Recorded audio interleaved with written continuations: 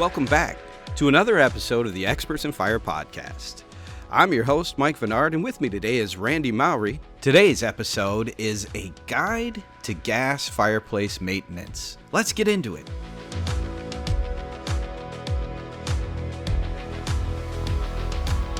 Hey, Randy, how you doing, brother? Oh, doing fantastic today, Mike. How are you? I am well as well. Well as well. Awesome. We are here to talk with everybody about a guide to gas fireplace maintenance. And I want to start with, Randy, we always discuss safety. I want to start with, this is not something that we tell our homeowners to do. Correct. We know our pros do an excellent job. I've had pros in my house and I watch them. And they learn. I work at Woodland Direct, and they're like, I'm always curious how they're going to respond, you know? And they're like, dude, I use your site for stuff all the time. And I'm like, cool, thanks, man. That's awesome. But they have all the tools. They know exactly what they're going to do. And watching them come in and go out, they're like, here you go, sign here. And I am happy to give them my money, because it would have taken me, I'm a master hearth professional, it would have taken me a heck of a lot longer to do what they did in my home. Agreed. You know, so this isn't a guide for homeowners to go and do this themselves. What we wanted to stress is, and we want our pros to know, when we talk to homeowners, we do give them a list of things and kind of an idea of this is what to expect when a pro comes in. Because a lot of times our homeowners are like, well, I'm not even sure what to expect. What should they do? How does this work? What is this? We got you there. Here's a list. Sometimes I think some of the stuff you pulled right out of a manual. I did. Yes, exactly. Because it's not like we're going out there and doing these things. We leave it to the pros. So it's just like some general information of what to look for. And I'm sure that there's some stuff that I'm missing that they're doing. And there might be some stuff in there that maybe is news to both parties, whether it's the homeowner and the tech. Maybe, maybe we should be doing that type of thing. So it's just some information just to share today on, like you said, what to look out for, or when you get that pro out there, kind of what they're going to do. And this is going to vary, Mike, depending on the fireplaces that somebody has. Whether it's, if they're just a masonry fireplace, a vented fireplace with gas logs in it, a direct vent fireplace, a vent free. This is kind of just because I'm going to talk just briefly on some venting and stuff like that. So it's just a generic kind of list is all it is today, Mike. I love it. Well, let's get into it. This is what we would tell a homeowner to keep an eye on as a pro comes in, or at least be able to help the pro know, okay, here's where my shutoff is, stuff like that. So let's just hit the list and we can walk through that with you. Yeah, absolutely. So first thing is make the phone call to get a technician out there. It's wood, gas. There's some safety concerns there, as always with any type of appliance. Think about it, this way. Are you going to go and start working on your own gas stove in your kitchen? Get a technician out there, somebody that's skilled, somebody that does this, somebody that's licensed, certified in doing these things first, And then just kind of, the things that they're going to do, firstly, is, they're going to think safety. They're going to shut the appliances down. Like you just mentioned, they're going to shut the gas valve off. They're going to kill the electricity, possibly just, go and, where's your breaker box? Shut the breaker off. Which means make sure your laundry's out of the way. Make sure you know what I mean? Yes. Give them access. And these are the types of things that surprise homeowners. Literally, my wife goes into people's homes every day as a real estate appraiser, and they get really uptight. They're like, oh, you need to take a picture of that room? And she's like, guys, I have to have a picture of every room. And they just aren't prepared for that, So be ready. He's going to have to go, or she's going to have to go to some places. So be prepared for that. Watch what's hanging in the laundry room where the breaker box is at. Oh, goodness. So, I guess we'll just start at like the very top. So, think of, the inspections for corrosion on metal chimneys, that's exposed to the elements outside. Obviously we're in Michigan, so, we get a lot of different weather, especially the snow and just, the rain and all the different weather here. So they'll look, they're just going to look at rust spot streaks, any kind of extreme cases that maybe has holes in it and possibly have to replace some stuff. As an inspection, they may even pull the cap off and drop a light down into that venting and take a look at it, checking for debris. It's pretty common, especially with like direct vent fireplaces that side vent, where birds will try to make a nest inside of there. And something like that, it's going to impact, possibly the fireplace may not even work because it doesn't have the air exchange to it because it's blocked off. So, with that venting, they'll probably be checking for excessive condensation, water, forming between layers, things like that could cause corrosion and all of those types of things. If they can have access to it, depending on the install, where the venting is, just checking to make sure the connections are still good.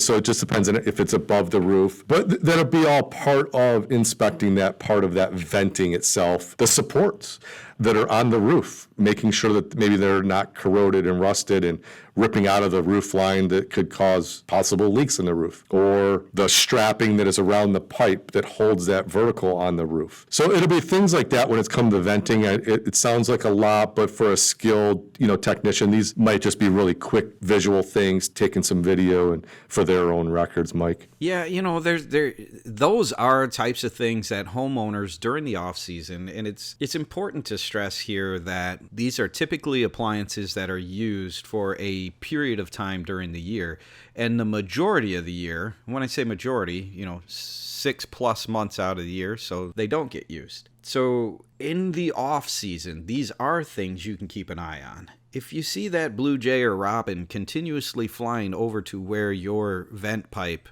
exits the house, you might want to check that out. Right? Exactly. Yeah. Or if it's a masonry chimney that does or does not have a cap on it. Same thing. Exactly. But there again, when you're talking about roofs, and that's why we stress the homeowners getting a certified tech out there, or a chimney sweep out there to do these things, because I don't know. At my age, I'm not going on the roofs anymore. I just don't do it. I'm just done doing it. I'm not going and looking and sticking my head down the chimney. That's what the professional does. It's all about safety. So but with the gas fireplaces, at that point now they're going to move to the inside. And inside, obviously, they're going to refer to the manual. That's why we always ask folks to hang on to their manuals, keep them on file someplace where they're accessible at all times for the technicians coming out, so that they can have it.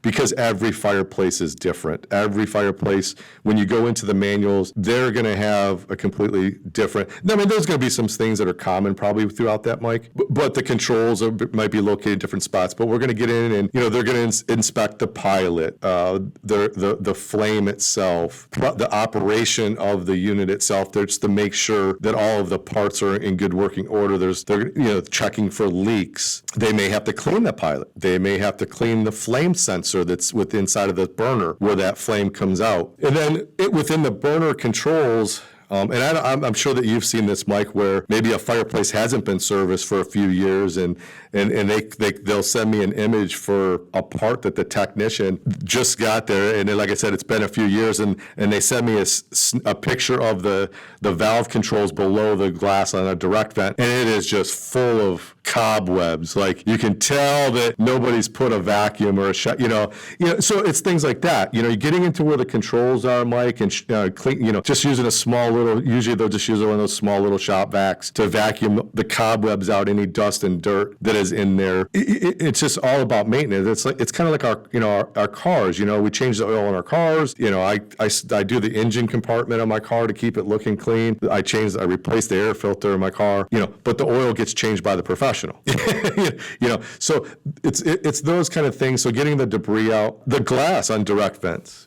Pulling the glass off, probably using some kind of non-abrasive cleaner that's made for gas fireplaces to clean the glass, because believe it or not, it'll get like a film on it, and it can be cleaned. Yeah, they're usually pretty simple to remove, but that's one of the things that they're going to do too. You have fire-related questions, and we have answers. You can email us your questions at podcast@woodlanddirect.com or give us a call at 586-221-3638. We would love to be able to answer them right here on the Experts in Fire podcast.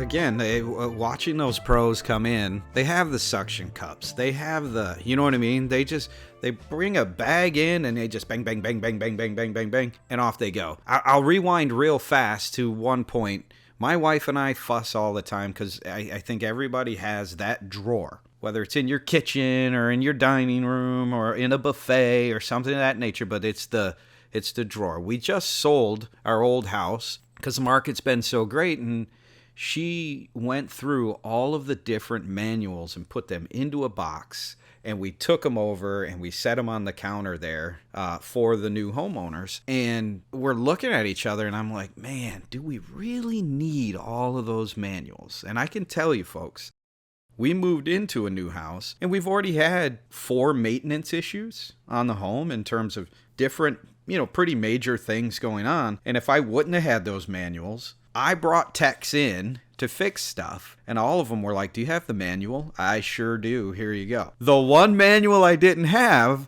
they went, let me try and look it up online. And even though we live in a digital world, it was difficult because of the number of models that had passed in the last 7 years. So, I stress that having the paper one there. Now, I had one tech come in for our refrigerator, and he was just like, yeah, I don't need that. And he had it all pulled up online, right? I'm like, cool. But I'm here to serve both sides, man. If you need it, I got it. Yep, I'm with you. And that is one of the important reasons why you keep them. I know they just kind of sit in there and you feel like I'm never going to use those. But when that pro walks in, typically he's not going to need to ask for it, especially if he walks in and goes, oh, that's a fill in the blank, right? That's a whatever. He's just going to do what he knows to do. But sometimes he'll stop and look at something and go, hey, do you have the manual for this? Boom, here you go. You might need a part. He might need to look at it and go, oh, that part's okay. But he needs to verify, right? So that's an important piece as a homeowner. Make sure when you're calling somebody in, just have that manual ready for them, and you're good to go. So I'm really giving a lot of good information, Randy. I want you to know. Have your laundry out of the way and have the manual ready. There you go. That's my input. Oh, fantastic. That's great. So we run glass. Speaking of like direct vent, because they have the solid glass panel front. And part of that a direct vent fireplace, Mike, that's super important is the gasketing that's around it. So they're gonna check that just to make sure that that gasket is still in good airtight system on those units as well. And then let me see here.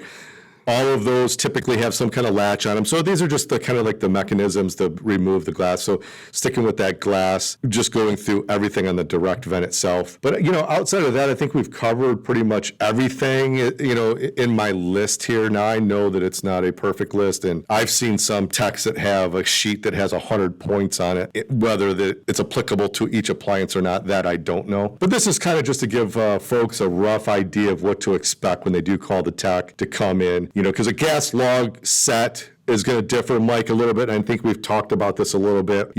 Gas log set on a vented fireplace, maybe from a wood burning to a gas log set, they may pull all of the logs off, pull all of the embers off to get all the way down to that burner and actually shop vac that burner assembly and put new sand, new embers in, and then replace the logs in an exact position, which is, to your point on the manuals, especially when it comes to log sets have a very specific placement of those logs. So that is always in the manual. So that's really important for a, vented, ventless, especially a ventless log set, to have those manuals for the log placement. But those are some of the other things that you can see, like I said, tearing those completely down and rebuilding them and replacing some of those elements that may need to be replaced. And then with their inspections, they're going to be able to know which pieces need to be replaced and get those parts for you during these inspections.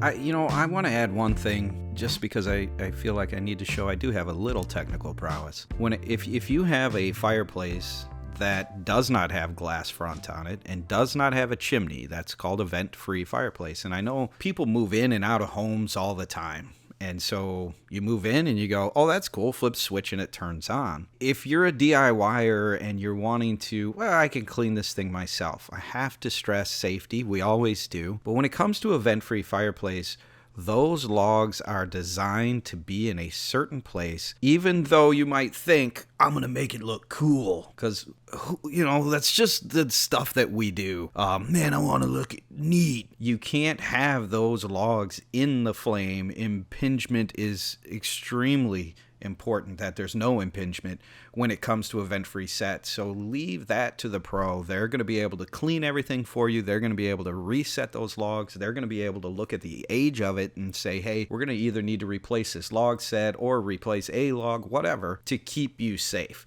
On a direct vent where there's glass in place, all of that combustion air is going out. But in event-free situation, all of that combustion air is coming into your room. So to me, the most important, because we get these calls all the time, is to have a pro out to clean your vent-free set so that when you do turn it on to use it, it doesn't smell like the city dump when you turn it on. Right? Because for 7 months. Especially if it's been sitting. Yeah, it's just been sitting there. Exactly. Yeah, exactly.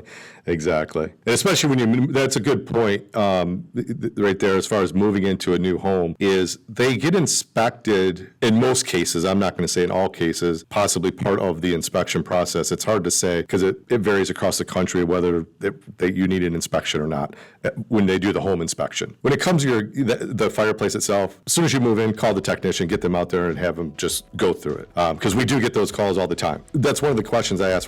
Have you had a technician out there to inspect it? No. I would start there before you consider changing anything about it, because it could be manufacturer specific. You don't know the condition of the product. And it doesn't matter if it's a masonry fireplace as a wood burning fireplace, if it's a gas fireplace, direct vent free. You move into a spot, have that inspected. Get the inspectors out there, get a gas tech out there, and have kind of this list. Let them go through their own list of what we just talked about, and make sure that thing is safe to use first of all, and then we can discuss changing it after that. That is great. Well, Randy, thank you so much, brother. Is there anything else you wanted to add to this conversation? No, I don't think so. We'll leave the rest of it to the pros when the folks call in for them. I like that. As always, Randy, thank you so much for taking the time out of your day to come spend with us, man, and talk to our pros and our clients out there, man. I really appreciate you. My pleasure. Have a good day, sir. And that's a wrap.